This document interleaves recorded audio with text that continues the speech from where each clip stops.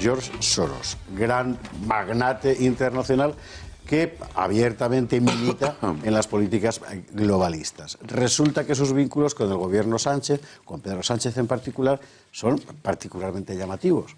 Ahora está circulando muchísimo por las redes esas vinculaciones. ¿Qué es exactamente lo que tenemos? Vamos a contar lo que tenemos en la mano, lo que sabemos como hechos objetivos, y luego los comentamos con un especialista. Es esto. Hace solo 24 horas que se ha constituido el nuevo gobierno de Pedro Sánchez y ya planea la sombra de George Soros sobre su ejecutiva. Ella es Arantxa González Laya, la nueva ministra de Exteriores. Ha sido la presidenta de la Fundación International Gender Champions, una plataforma que se define así en su página web. Es una red de liderazgo que reúne a tomadores de decisiones femeninos y masculinos decididos a romper las barreras de género y hacer de la igualdad de género una realidad laboral. A finales del año pasado, la Fundación de González Laya recibía un premio por sus proyectos innovadores de la plataforma Paris Peace Forum. Mirando la página web de esta plataforma, encontramos que uno de sus socios estratégicos es la Open Society Foundations, una fundación que pertenece a George Soros. Pero la relación del PSOE con el magnate George Soros no es nueva. En septiembre de 2019, Sánchez se reunía en Estados Unidos con varios fondos de inversión de Wall Street, entre los que se encontraba el de Soros. De hecho, Sánchez tuvo la oportunidad de hacerse un selfie con el hijo del magnate, Alexander Soros, asistente a la reunión y que trabaja en las empresas de su padre. A los pocos días de este encuentro, uno de los fondos de Soros aterrizaba en Indra, una empresa con participación del Estado con una posición bajista. En noviembre, el fondo de Soros desaparecía de Indra, tras haberse revalorizado más de un 21% en bolsa. En junio de 2019 era el propio George Soros el que acudía a una reunión secreta en el Palacio de la Moncloa para verse con Pedro Sánchez. Quien sí ha mostrado sus encuentros con George Soros es Josep Borrell, que publicaba una foto de una comida con el magnate para debatir sobre la migración. ¿Y para qué? Bueno, pues esta es la cuestión que precisamente queremos preguntar a don Juan Antonio Castro. Muy buenas noches. ¿Qué tal? Autor de un libro que se llama Soros rompiendo España, editado por Homo Legens, y que ha sido, hasta donde yo sé, últimamente el único libro que se ha acercado a este personaje y a su influencia aquí. Vamos a ver, ¿cuánto hay de influencia real y cuánto hay de teoría de la conspiración? Bueno, yo creo que desde el momento en que Soros actúa, que es ya décadas, no hay que olvidar que estamos hablando de 32.000 millones de dólares invertidos a lo largo de varias décadas, dan para mucho, invirtiendo en ingeniería social, en ingeniería moral y en ingeniería de inteligencia. Porque no olvidemos que también está ligado a grandes grupos y movimientos de inteligencia, a países que desde el exterior también influyen. Entonces, conspiración, yo creo que ninguna. Desde el momento en el que las pruebas que se aportan son reales y vienen de una visión de fuentes abiertas, en las que no ha habido ningún agente secreto que se ha dedicado a sacar papeles de ningún sitio, son las fuentes que hay, son las fuentes que existen y son contrastadas. Entonces, de conspiración no hay nada. Lo que yo creo es que hemos entrado en una fase a nivel mundial en el que el globalismo totalitario ha dado la cara. Y con Soros el globalismo totalitario da la cara y se enfrenta a los que nos hemos quedado del otro lado, que resulta que somos los únicos demócratas abiertos, que entendemos las cosas, que tenemos la libertad de expresión y que no permitimos que ningún totalitarismo intente controlar y más hacer ingeniería social. ¿Por qué totalitario? Ellos hablan en nombre de la libertad y la democracia, de los valores ilustrados, en fin. Desde luego, eso es lo que dicen, ¿no? Y siempre es el juego ese de la reflexividad de Soros, que le gusta jugar con los contrarios, como el mentir y la mentira y la verdad, ¿no? Pero realmente, ¿qué son las revoluciones de color? Son golpes de Estado. Hay que recordar que las revoluciones de color de las que habla Juan Antonio Castro son, por ejemplo, la Revolución Naranja en Ucrania, la de Ucrania, la de Georgia, etcétera, ¿no? Egipto, la primavera árabe, las propias revoluciones que va a haber en Estados Unidos si pueden derrocar a Trump, las revoluciones en África, Burkina Faso, Senegal, derroco a este gobierno para quedarme con sus minas, entonces ya son mías y no son de otro. Ese es un poco el fenómeno. Entonces, cuando hablamos de totalitarismo, porque hablamos de ingeniería social, y cuando se toma en rehén a la sociedad civil global para pagarle dinero y que haga lo que nosotros queremos, yo llamo eso totalitarismo. Y decir otra cosa es absolutamente engañar a la gente. Esas palabras de filantropía de Soros ya está bien. Vamos a hablar de la cuestión específicamente española. Hace unos meses contábamos aquí el asunto de la frontera del Tarajal en Ceuta. ¿Se acuerda usted? Cuando la policía tuvo que reprimir la entrada por mar de inmigrantes que en lugar de ir por la valla se habían lanzado al agua para que les acogieran. Bien. Se hizo sobre eso un documental, y mire usted por dónde el documental lo financiaba, entre otros, una fundación de Soros, cosas particulares. Bueno, vamos a ver, ¿cómo funciona? Es decir, dos planos, digamos. Por una parte, hay una influencia ideológica evidente. Por otra parte, hay una cercanía personal que llama la atención. Los encuentros de Pedro Sánchez con Soros, por ejemplo, claro, en fin, son una cosa bastante insólita en la política española. Yo creo que al gobierno y en el gobierno si miramos ministro por ministro, y yo he hecho el ejercicio, he empezado a hacer el ejercicio, y resulta que hay una serie de ministros que son los que tienen más proyección internacional, yo diría, que están absolutamente ligados a Soros. Y voy a citar algunos. El propio presidente del gobierno, Sánchez, Pedro Sánchez, ha estado en el NDI, que es el NDI, el National Democratic Institute, que es el National Democratic Institute, el que estuvo al lado de la NED y de la Agencia de Cooperación Americana e Inglesa en las revoluciones de color y en los golpismos de Estado de las ex-repúblicas soviéticas. Es decir, pertenece en su currículum que ha estado en el NDI, y el NDI está financiado también por Soros, actuando de esa manera golpista en el mundo. Hablamos de totalitarismo por eso. Pero Sánchez además se niega a aceptar en el Comité de Transparencia que se hable de lo que habló con Soros. Cierto, es muy importante decir lo que habló con Soros, sí, porque es que en Ucrania el señor Soros metió 1.000 millones de dólares para controlar al gobierno. Y se supo, y hay papeles y emails. Eso está absolutamente claro. Open Society trabajó con el Departamento de Estado americano para controlar Ucrania. Cuidado, me gustaría saber cuáles han sido como español las conversaciones de mi presidente con un señor que se dedica a comprar países y a controlar estados. No digo que lo haya hecho, pero me gustaría saberlo. Y luego es negar siempre la evidencia, ¿no?, de que le ha visto o no le ha visto. Segunda persona, González Laya, ministra de Asuntos Exteriores. Aquí lo único que hay es, pero es verdad, y es así como funciona Soros. Soros financia atomizadamente a fundaciones que financian fundaciones que financian fundaciones. Entonces nunca hay manera de decir, es que está financiada por Open Society. No, la señora González Laya tiene, como se ha dicho en el documental, preside una fundación que ha sido galardonada, apoyada de todo tipo por una fundación de Soros. Punto. De ahí a que sea absolutamente la línea de Soros o no, pues no lo sé, pero ahí están los hechos. No estamos hablando de conspiranoias.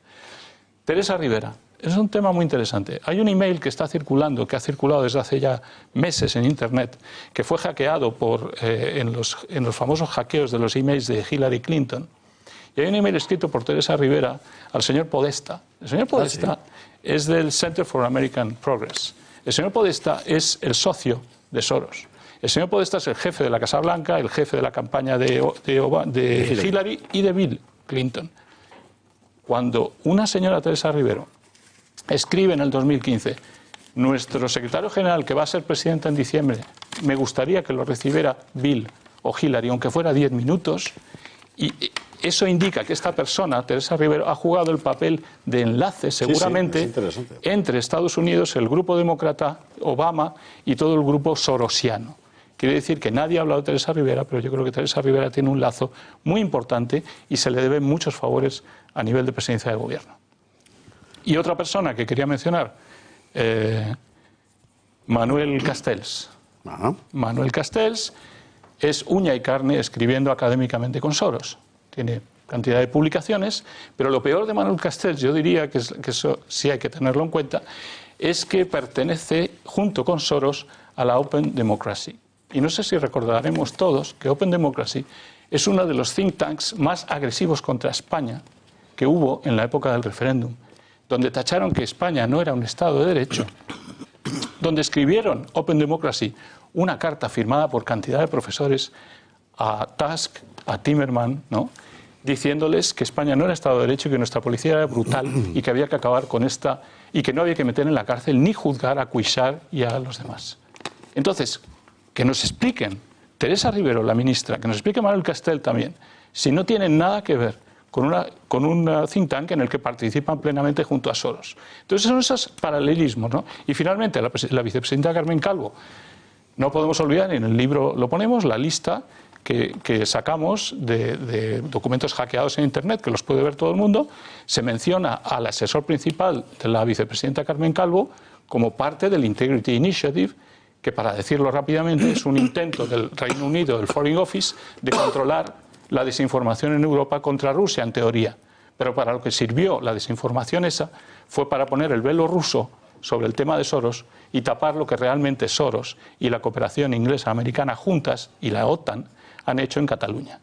Y eso se dice muy claramente en el libro. Entonces, Carmen Calvo, sí, la vicepresidenta, tiene un asesor que hasta ahora nadie ha negado que forme parte de este grupo, que además Soros está ligado a ese grupo de inteligencia a través de Political Capital, donde participa.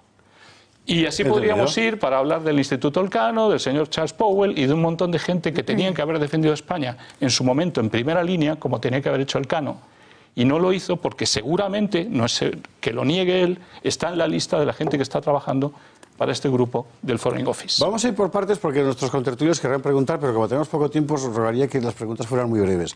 Román Cendoya le señalaba antes, en primer lugar, porque él trabaja habitualmente en el mundo hispanoamericano, donde la influencia de las redes Soros es muy intensa. Exactamente, el libro, enhorabuena, es buenísimo, merece la pena leerlo, hay que comprarlo y además se lee de un tirón porque uno siente que Open Society es como la organización Electra, los malos de James Bond. Sí. Siempre con James Bond está Electra. Bueno, pues Soros es Electra y se explica muy bien en el libro. Y la reflexibilidad es la construcción del mundo a través de la posverdad. Manejan como nadie las palabras bonitas, sociedad abierta, sociedad... Y es el capitalismo radical más duro que uno puede leer, en el que encima está involucrada la izquierda con su agenda social. A mí me llama mucho la atención porque en América Latina lo que se pone de Cataluña está pasando ahora en Perú, lo que podía ser aquí la DX Technology, allí es IDL Reporteros, lo podemos ir aplicando en distintos países el mismo modelo que es el de la revolución de los colores que ya hablabas antes y que en lugar de ser pacífica siempre termina con violencia porque es el fallo que tiene este modelo en el que él invierte muy poco dinero pero se lo lleva todo. Y a mí lo que me gustaría es preguntarte sobre la presencia de la DX Technology en el que se juntan Roures, Soros, la familia Carulla, aparecen los del Pino, Koplovich, Abelló, Gala. Una confabulación de ricos a los que tienen a su servicio a todos estos progres que estamos teniendo ahora como gobierno moderno y progresista al servicio de los capitalistas más capitalistas y gordos de este mundo. Entonces, completamente. Cuando ellos atentan, como a través de esta sociedad que la venden, que es fundamental el día de las elecciones, el señor Soros no está cometiendo una serie de delitos en España, que al igual que en Hungría, en Polonia y en otros países, ya no puede ir y se le ha echado. ¿Se podría proceder, obviamente el gobierno no, con estos ministros que nombrabas, pero partidos políticos, a proceder penalmente contra este señor y quitárnoslo de encima? Absolutamente, yo creo que se puede. Y de hecho, cualquier asociación o partido político que quisiera hacerlo, debería hacerlo. Uno se extraña que en el juicio el juez Marchena haya llamado solo hasta un cierto límite de responsabilidades, pero que los que estaban financiando a esos responsables no hayan aparecido por ahí. Yo digo siempre que un día se juzgará a Soros en España, cuando realmente se llegue al final de los financiadores. Pero ahí están, ¿eh? En la Segunda Guerra Mundial se juzgó muchos años después a la Mercedes, a la Volkswagen y a otras. Se acabará juzgando y DXT Technology es un ejemplo impresionante, ¿no? Es el que organizó el recuento electoral. En él compró Soros las acciones de DXT Technology y las vendió 2 semanas antes para que no se le viera. Es compro y quito la mano, ¿no? Y así ha pasado con todo. Entonces, esa es la forma de actuar. Y luego lo que decía es muy interesante de la izquierda. Esto no es la izquierda. Esto no es la progresía. Esto es el totalitarismo más bestial, sí, capitalista. Total. Los socialistas y los comunistas y la izquierda extrema en España se ha ido del lado del capital. Pero es que les han abrazado Rockefeller, Rothschild y Soros. Sí, sí. O sea que mientras no entendamos que esto se trata de una izquierda abrazada al gran capitalismo y que es ese gran capitalismo junto con ellos los que manipulan las cuerdas ahora y los que controlan a Pedro Sánchez y a nuestro gobierno, mientras no comprendamos que esos son y son totalitarios porque controlan el capital y tienen muchas ganas de controlarlo y saber cómo hacerlo, no habremos entendido nada. Miguel Durán quería preguntar, Fernando Paz también, Luca Costantini también. Os ruego brevedad en las preguntas, por favor, que así dará más tiempo a... Pues para la mayor brevedad yo no voy a hacer ningún exordio porque tampoco soy experto en la materia. Oí tu vídeo de unos 14 minutos el otro día mientras venía de Madrid, iba de Madrid a Barcelona. Es un vídeo muy interesante, yo recomiendo que quien tenga oportunidad lo escuche. Y también que coja el podcast del Gato, de tu comparecencia hoy aquí. Pero, claro, la pregunta me puedes decir que la respuesta es obvia. Sin embargo, como te la pregunto, te la hago concretamente en relación a España, ¿cuál es la explicación, a tu modo de ver, según tu criterio, de que un tema tan lacerante y tan claro como este no tenga, sin embargo, prácticamente ningún eco en los medios de comunicación convencionales? Y la segunda pregunta que te quiero hacer, también de forma muy directa, es, cuando te enfrentas denunciando una cosa así, ¿no te tiembla un poco el alma? Bien, contesto la segunda primero. El temblor de alma es miedo, ¿eh? Sí.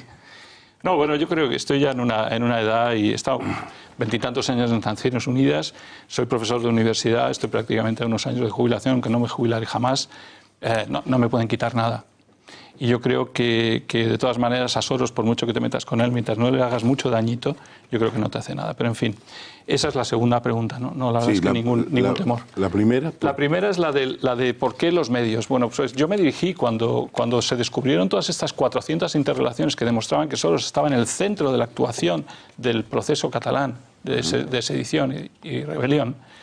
Cuando me encontré con eso, se llevó al juez Llarena y se llevó a la policía, a la UDEF.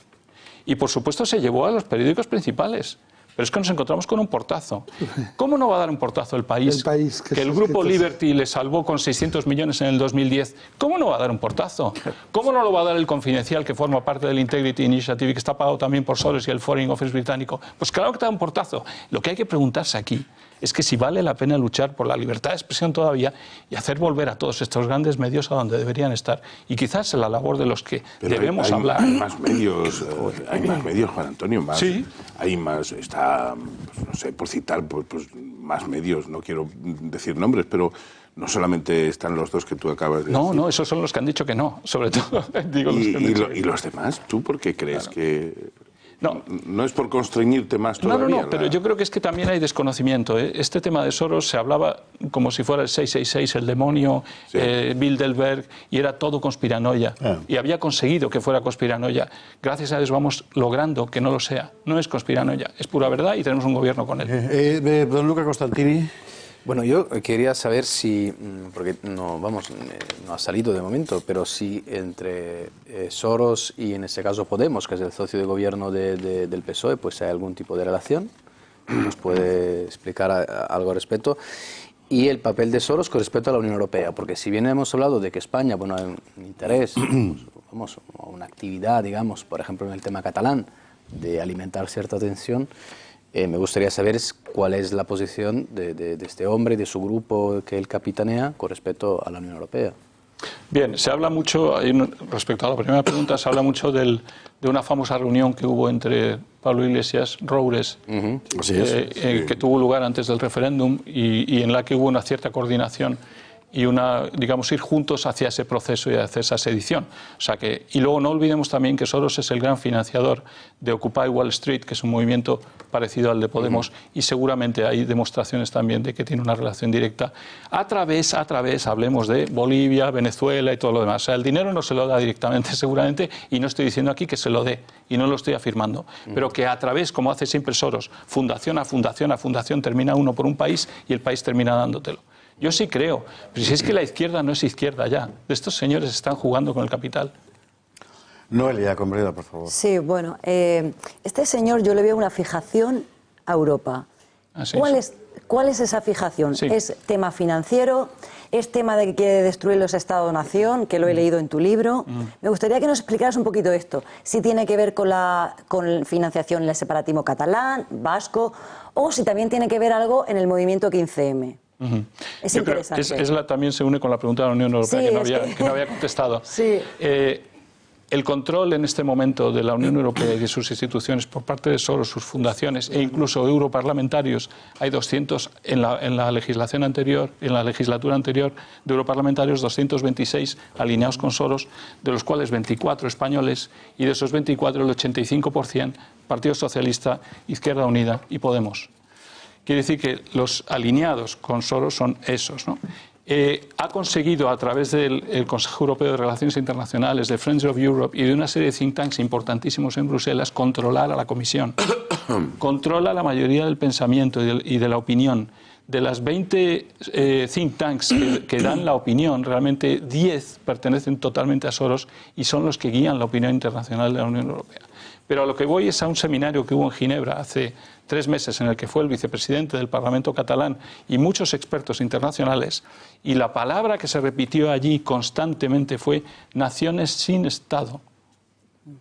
Ya no vamos a tener un conflicto independentistas Estado español. Vamos a tener un conflicto europeos pensando en naciones sin Estado, independentistas contra el Estado español, que busque defender su soberanía. Y todo aquel que busque todavía defender su soberanía en Europa va a tener en contra una nueva noción, unos nuevos conceptos y unas nuevas líneas que están empezando a cuajar gracias a Soros y que son las naciones sin Estado. Y Cataluña, País Vasco, Escocia, norte de Italia, tantos candidatos en este momento para eso y tan fáciles de controlar desde un solo lugar. Esto no es nuevo, ¿eh? Hitler ya lo hizo, ya lo tenía planeado. Se llamaba la Europa de los pueblos. Pero es contradictorio con su otanismo. ¿Con su vínculo con la OTAN y la industria armamentística, porque las naciones sin Estado, destinando el 1,4 del PIB, que en Cataluña son 4.000 y pico millones, como dices, que tendrían que rearmarse y comprar armas a los americanos, es contradictorio desmontar los Estados para montar naciones sin Estado, pero que haya una OTAN en la que tienes que vincularte como Estado. Es decir, el modelo es puramente capitalista, basado en unas teorías que se caen por sí mismas. Tiene razón, en cierto modo. O sea, es un modelo capitalista centralizado en Bruselas, controlado por el globalismo totalitario y con una OTAN militar que pueda garantizar que todo eso cuaje. Y el capitalismo entonces se desarrolla. Por eso Rockefeller, Rothschild y los demás están a favor de que se produzca un proceso así. Pero esto es mucho más gordo, porque si eso es la verdad, va a haber que luchar contra esos conceptos en Bruselas. Claro. Fernando Paz, última pregunta. Bueno, el objetivo es la destrucción del Estado-Nación, porque el objetivo es, en realidad, acabar con las soberanías nacionales, y es destruirlo tanto por arriba como por abajo. Está fomentando el separatismo en muchos sitios y, a la vez, las cesiones de soberanía, en el caso, por ejemplo, europeo, a Bruselas, de una forma abierta y descarada. Y yo quería preguntar, al hilo de la función que han hecho todas estas ONGs de Soros, todas estas organizaciones de Soros, de nuestros queridos socios atlantistas, norteamericanos y británicos, y no me canso de subrayar esto, la labor de algunos países que ha habido también, en el caso de Bélgica, algunos más poderosos, tipo Israel, que también han estado detrás de todos estos asuntos. ¿Qué papel ha jugado aquí un partido ahora pequeño, pero que en su momento era el recambio del sistema, ideado como tal, que es Ciudadanos, donde ha tenido gente muy caracterizada, como el caso de Garicano, que ha sido un hombre de Soros en España? Completamente. Bueno, yo creo que lo hemos visto lo que ha pasado, ¿no? A mí me da la sensación que hay un momento dado en el que Soros deja caer a Ciudadanos. Y es a partir de ahí donde cae todo. No lo puedo afirmar, pero tiene toda la pinta. Desde el momento que se van Garicano y todos los demás, en el momento que cae Ciudadanos, es el momento en el que Ciudadanos decide que no va a acompañar el plan sorosiano de Pedro Sánchez. Claro. Lo que pasa, si me permites, es que, claro, hay un plan de destrucción desde abajo, pero si de verdad miramos lo que plantea Ciudadanos, lo que planteaba, no sé si lo seguirá planteando ahora, que es la construcción de los Estados Unidos de Europa, de una cesión completa de soberanía por parte de España a Bruselas, en realidad el objetivo es el mismo, por un lado y por el otro. Es decir, que Ciudadanos juega ese papel. Y en Europa ha jugado ese papel. Pero en España se ha enfrentado a Sánchez y eso le ha costado carísimo. Sí. Y dijo en su discurso de investidura Pedro Sánchez una frase que ha pasado desapercibida asombrosamente, pero que textualmente decía que queremos una España federal en una Europa unida. Frase que desde luego no es inocente. Don Juan Antonio Castro, muy bien. Muchísimas gracias. A vosotros.